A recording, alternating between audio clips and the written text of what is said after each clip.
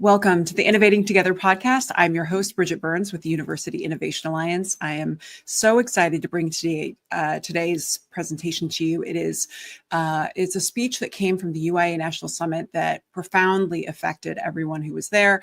And I think people have been continuing to think about the lessons that you're about to learn as they resonate so deeply. And strangely, this speech happened in obviously late October 2024, and yet the words are more important than ever today. So I'm excited to introduce this speech from Michael Crow in a moment. But first, I want you to know that the Innovating Together podcast is sponsored by Mainstay, which is a student engagement and retention platform that actually engages in peer-reviewed research and proves that their product works. So if you have ever been sold a chatbot, they likely used Mainstay's data.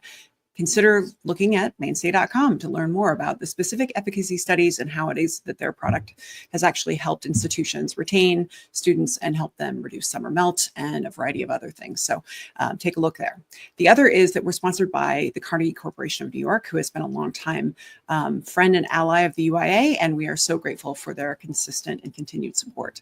So today, let's talk about this speech. So it was a keynote from the UIA National Summit by the UIA board chair and ASU president Michael Crow. He's one of the boldest voices in higher education, and he certainly was that day.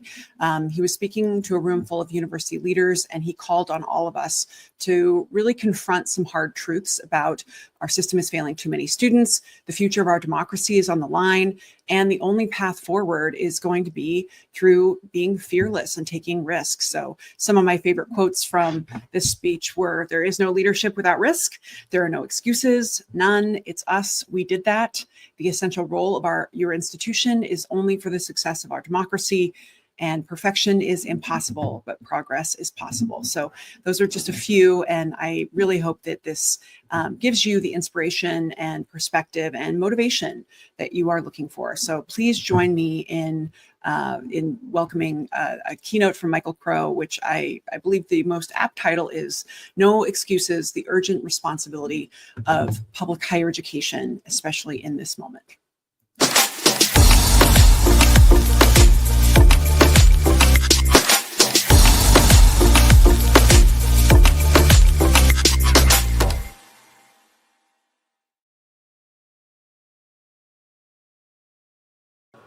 What I want to talk about today is you all.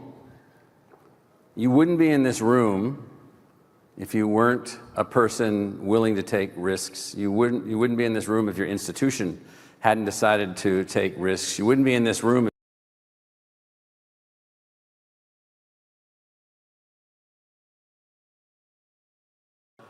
What I want to talk about today is you all.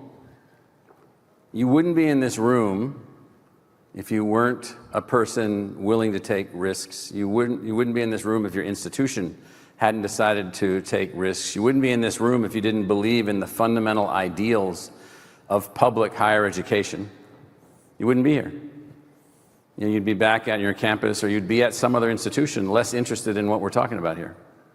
And so what I want to talk about today is what's the responsibility of us becoming leaders. We need to stop thinking about bringing the whole sector along. We need to stop thinking about changing everything. We need to stop thinking about, well, we can't move until we have the entire K-12 reformed. We can't move until we get all the universities moving in the right direction. We can't move until the government funds us. Forget all of that. You got one short life. You're sitting in this room. You're attached to an institution on which the success of the democracy is dependent. You got a cluster, as Bridget talked about, of other institutions to work with where you can do things together to make changes in people's lives and to change trajectories. You've got all of that, and now it's time to step up. But we have a big problem. Heather wrote this fantastic book. How many of you have read this book? The Sum of Us? It's a fabulous, fabulous book, and she is unbelievably brutal. Now, it's a book about racism and the price of racism. It's a book about the fact that racism hurts everyone. The ultimate sum of all of us together is diminished because some people are unwilling to accept others based on their ethnicity, their race, their religion, some stupid concoction that they come up with. They're unwilling to do that, and therefore even they are diminished. Well, this book obviously informed me in ways in which I'd experienced in my own life, just in the communities that I'd lived in and watching what was going on, but also informed me in another way, and it's the equation, the sum of us. We are so much less than we could be because so many people have been unable to find the pathway to the realization of their full abundance. The sum of us in a country like the United States, which is designed, not yet attained, designed to provide equal pathways, designed to provide pathways for liberty, designed to define and find pathways for the pursuit of happiness, our sum is dramatically below where it could be. Our class of institutions has more people that attend and do not graduate than graduate. That is an abject failure of the highest order. And all of you will come up with some lame excuse as to why that's the case. There are no excuses. None. It's us. We did that. It's not the kid that's showing up who had a bad teacher from high school. There's ways to deal with that. It's not the lack of money from the government. It's not the underpayments from the taxpayers. It's none of those. It's us. We haven't decided to basically make the sum of us greater. We haven't decided that it is failure for our sector to drop out half the people that attend. We have decided in those institutions that don't have selective admissions to think that somehow those that do have selective admissions are some gift from God. They're not. I came from one of those schools. I came from Columbia University, where I was deputy provost. I was a faculty member there. I got tenure there. I grew up there. It's a great honors college. It's a fantastic honors college, not very big, 4,000 students in Columbia College, and a bunch of fantastic graduate schools that you can go to if you can afford it. Okay, good. I'm glad you got that. In the big scheme of things, so what? It doesn't scale. It doesn't engage everybody. There's no way that most people can afford it. And so why we would compare ourselves to any institution whatsoever, under any circumstance whatsoever, that's engaged in narrow gauge railroad or narrow gauge focus, I don't know. So what is the algorithm for success in our democracy? What is the sum of our algorithm? What is the algorithm for success in our democracy? You guys don't spend time talking about democratic success. You spend time worrying about what's going on in our democracy. You're all worried, all of us are. You're all worried, running around like chickens with your heads cut off, not realizing that we partly did it. You think that 40 million people that went to college and didn't graduate are happy campers? You think that the 75% of the people with debt from having gone to college are really happy with the debt that they accumulated for which they got nothing? No, they're upset. You think that the general population of the country is really satisfied with the fact that we pontificate from on high about having all the brains and all the pathways and all the power, and kids from certain neighborhoods have very little chance of success? So I was in high school in the fall of 1969 and the spring of 1970, living in southern Maryland at the time, near the Patuxent River Naval Air Station. And at that time, you can go back and look at the statistics, and I think Bridget put out some of these statistics. You had a 7 or 8% chance of graduating from college if you were born in the lower 25% of family income. My family was in the lower 10% of family income. All these decades later, that number is around 10. Now, you could be a not-so-bright person from a wealthy family in the United States today, and you got about an 80% chance of graduating from college. Now, I'm just telling you, there's no success in that for our democracy. Going back to this phrase, the sum of us. If the sum of us is diminished because we can't find a way to engage in an overall algorithm where every kid that's driven and every kid with talent and every kid with ambition and every kid that's got the drive and the dream and the want. And if you believe this doesn't exist, then you are not paying attention. If you believe any of the stuff about, oh, kids don't really want to go to college. No, they don't want to go to college, get debt, and end up with nothing. They don't want to have a degree that in the market is not worth anything. They don't want to have to go and listen to a bunch of people that say, well, listen, I need you to quit your life for 4 years. Quit taking care of your younger siblings that you're responsible for taking care of. Come over here and spend time with me, indebt yourself, and work on a product for which you probably don't have a very good chance of finishing. There's no one to blame but our sector, and there's no one to solve it but the people in this room. No one. No legislature, no higher education authority, no overseeing board, no board of trustees, no board of regents. It is only a function of us, the people willing to innovate, to change the outcome of the algorithm. The algorithm looks like this at the moment. Most kids don't get to go to college. Most of them don't graduate from college. Most kids from poor families have an even lower chance of going to college or graduating from college. Most talent is left on the table. And we live in a world where we think that people are stupid. We think that people are dumb. We think they can't learn calculus. We think they can't be engineers. We think they can't do STEM. We literally think this. It's absurd. Just on the side, not subject to Bridget's criticism of people talking about themselves. Is she still here? Where'd she go? So a few years ago, we got sick of the way engineering ran for us. We were running a weed-out culture. We had about 6,000 engineering students 13 years ago.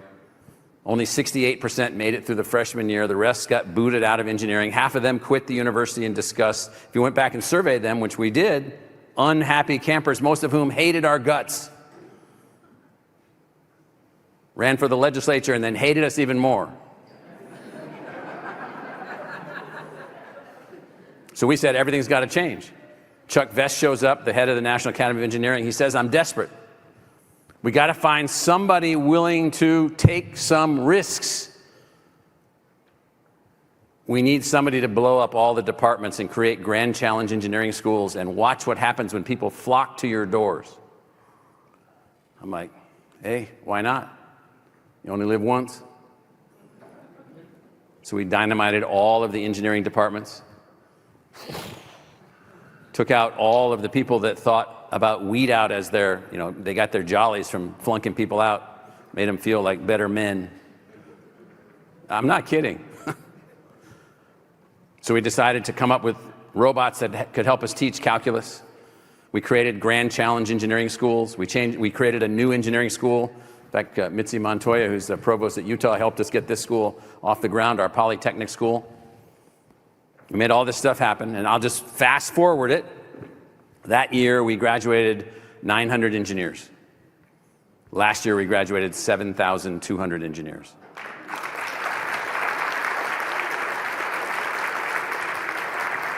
This year, we have 25,000 engineering students on campus and 8,000 engineers online. And we're going to go to 50,000 engineering students. And our engineering students in the market have the same market value as Illinois, Stanford, UCLA, Washington, Texas, any of the other big public universities and some private universities. So the algorithm was altered.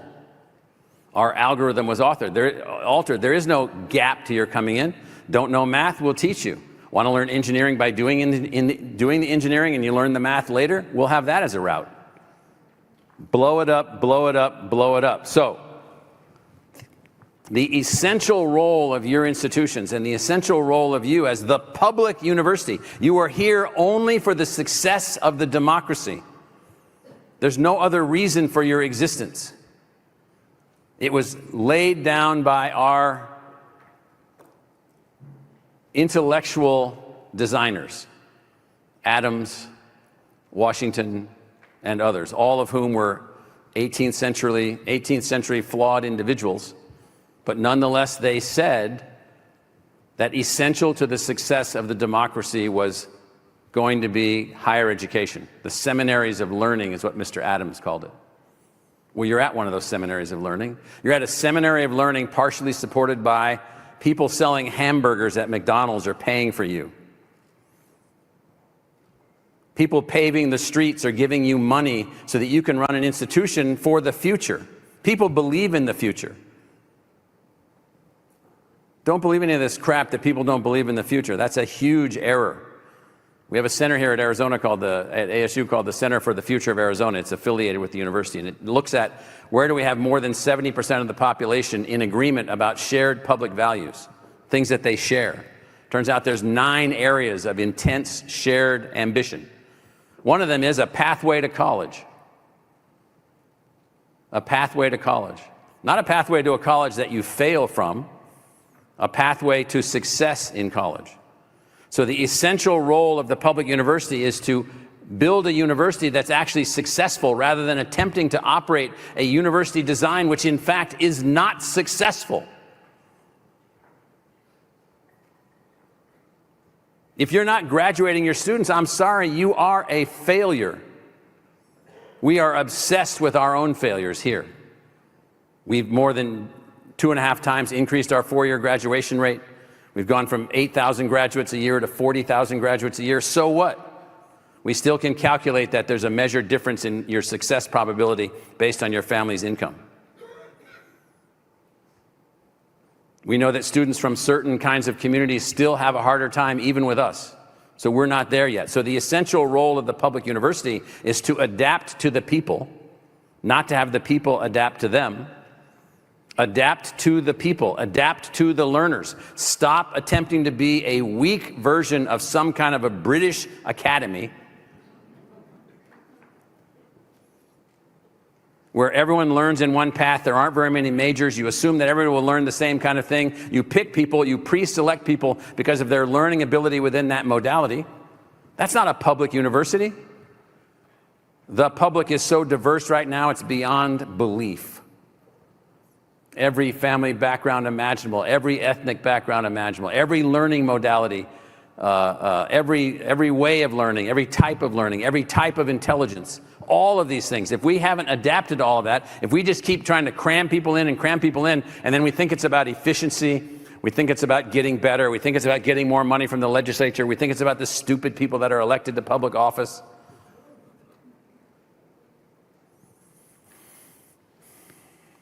It doesn't have anything to do with any of that. It has to do with you. It has to do with me. It has to do with us.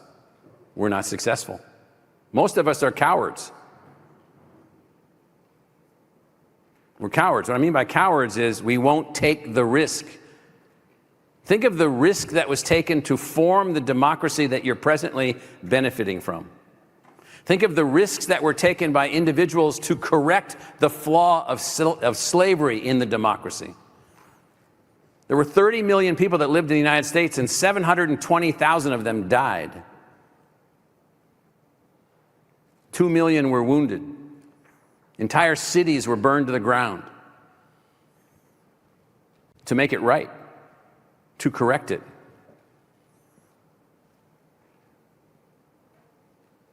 Leadership's not your job. Leadership's not your assignment. It's not your title. There are no leaders. Leaders are risk takers. They are people that rally other people around them at every level of the organization. The fellows, the liaisons, the way that we're working, the presidents, the chancellors working together. There's no leadership without risk. I just want to process that for a second. We don't need administrators. If someone calls me a college administrator, I mean, literally, I want to puke. It's like being a warden of a prison.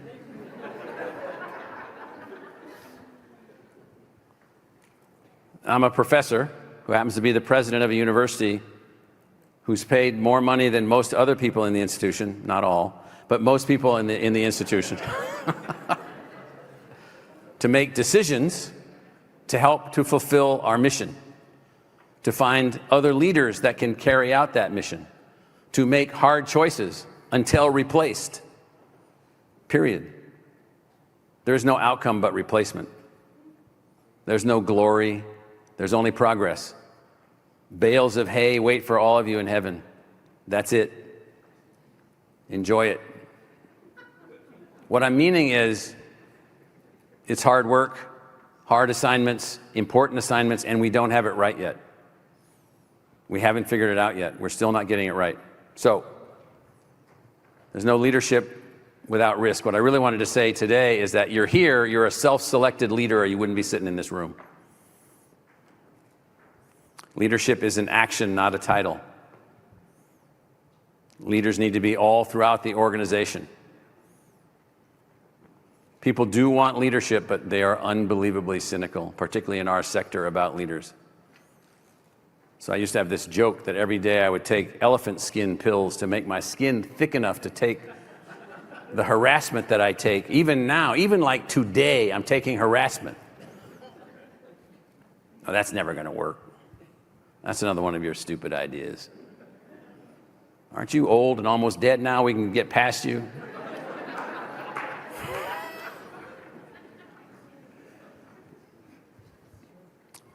So the fact that people might be cynical about leaders, get over it and do something. Fearlessness. Audacious leadership is necessary for our system because our system has not been successful. I really want you to process this. If you look at the survey data, which we've been looking at about all this negative energy about college, have you guys been looking at all the survey data? So it's about broken hearts. Broken hearts. Oh, I don't get a part of that. I don't get that. I don't get this. I don't get that. I couldn't go to college. I couldn't afford it. My mom needed me at home. I dropped out of college and they told me that online education was a joke. Whatever. During COVID, I wrote an email message to my buddy who was the president of Harvard at the time, Larry Bacow, and I said, Larry, you got to get your dean of law school to shut up. He says that online education doesn't work. He wouldn't have known online education from a hole in the ground. He wrote back and said, if only I can get him to shut up. But what I'm saying is that audacious leadership demands fearlessness on each of your individual parts. Now that's hard for me to communicate, but it really does. Oh, that's not going to work. They're going to be mad at you. Okay. You're going to get fired. Well, find the button. Fight back. Fight back. Fight back with facts. Fight back with progress. Fight back with achievement. Fight back with analytics. Fight back with resources. Fight back with new ways that you solve the problem.